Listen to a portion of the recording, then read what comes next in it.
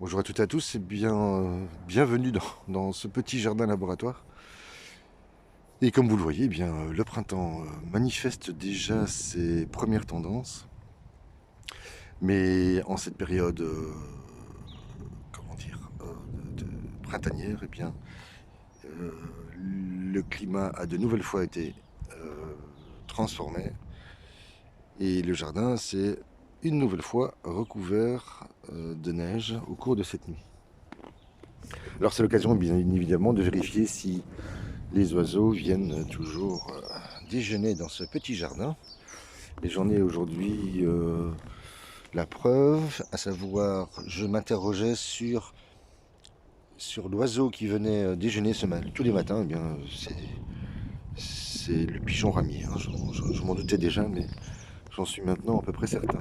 C'est également l'occasion de vérifier si la structure érigée se maintient. Et je veux dire que je suis relativement satisfait. J'avais bien imaginé que si du poids devait se poser dessus, elle souffrirait. Mais je dois dire que dans l'ensemble, voilà, elle a résisté.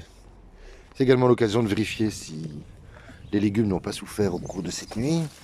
Et on va prendre celui-ci par exemple. Eh bien voilà, malgré les températures négatives que nous avons eues, eh bien je suis relativement satisfait. De même par ici. Il est vrai que si on n'a pas ce type de petite structure, je pense qu'il est impossible d'obtenir des produits de qualité. Alors, on va vérifier ici dedans.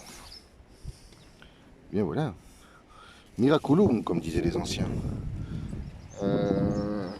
Les 4 saisons ont résisté au froid. Alors je vous montre rapidement les petits travaux. Alors j'aurais peut-être voulu vous montrer la serre et la manière dont j'ai mis en place un nouveau système de protection rapide et je l'espère efficace. Mais ça va peut-être être un petit peu compliqué. Je vais d'abord, en tous les cas, vous montrer que voilà, les autres structures ont semble-t-il également résisté. Et dans la poursuite des travaux, le bord ici a été réaménagé. Tiens, entre parenthèses, Caroline, si tu le souhaites, voici encore des fraisiers qu'il me reste. Voici les fraisiers qu'il me reste. Et ils sont à ta disposition. Sinon, ce sera sans doute pour Thierry. J'ai eu l'occasion de récupérer du broyat, pas du broyat, des écorces de pin non traitées qui ont déjà 7 à 8 ans, donc qui ont perdu beaucoup de leur acidité. Et donc après y avoir installé plus de 7 cm de broyat composté, je les ai placés en surface. Nous verrons avec le temps si c'est utile ou pas et si je dois les retirer. Alors j'ai commencé à réménager cet endroit. Il me reste des plantes à y placer. Et vendredi en fin de journée, alors que je pensais pouvoir me reposer un peu, eh bien on m'a proposé 2 tonnes de broyat, à peu près identique à celui que j'ai déposé sur le sol, enfin un peu partout sur la parcelle. Et bien évidemment, on ne refuse pas les cadeaux. Et dans ce cas, j'ai rapidement construit sommairement cet enclos qui me permet de concentrer bien cette matière. Il est probable d'ailleurs qu'avec le temps, la, la mini-serre qui est là-bas, enfin sa structure, vienne prendre place sur cet enclos ou en tous les cas accolé à lui de manière à pouvoir lui offrir un peu plus de résistance.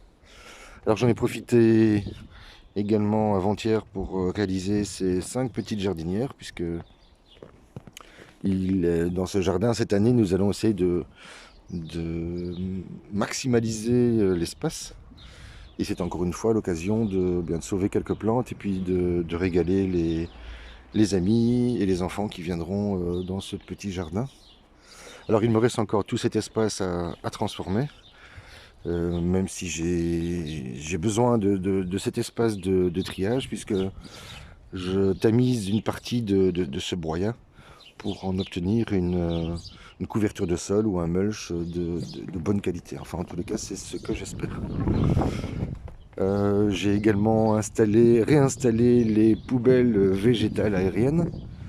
Je ne sais pas si vous vous souvenez de ce principe que je trouve relativement efficace.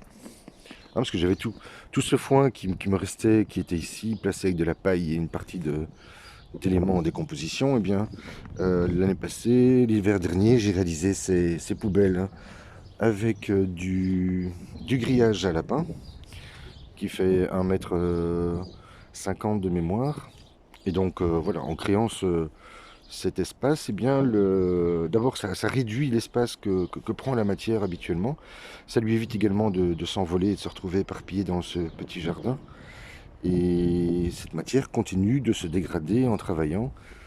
Alors, les parties qui sont sur le pourtour vont évidemment sécher, mais l'intérieur va se dégrader et me produire un excellent broyat d'ici quelques semaines, d'ici quelques mois.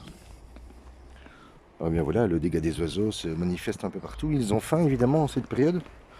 Donc je vous invite à travailler avec vos pieds, hein, comme je le fais moi régulièrement. Voilà. Il devrait reprendre sa forme initiale. Dans quelques heures, ils sont venus également évidemment dans cette planche, hein, on le voit. Ils sont toujours à la recherche des mêmes ingrédients, hein. C'est principalement des champignons, puisqu'ils les aiment tout autant que nous les humains. Voilà, je vous laisse ici. Je vous souhaite une belle journée et je vous dis à très vite.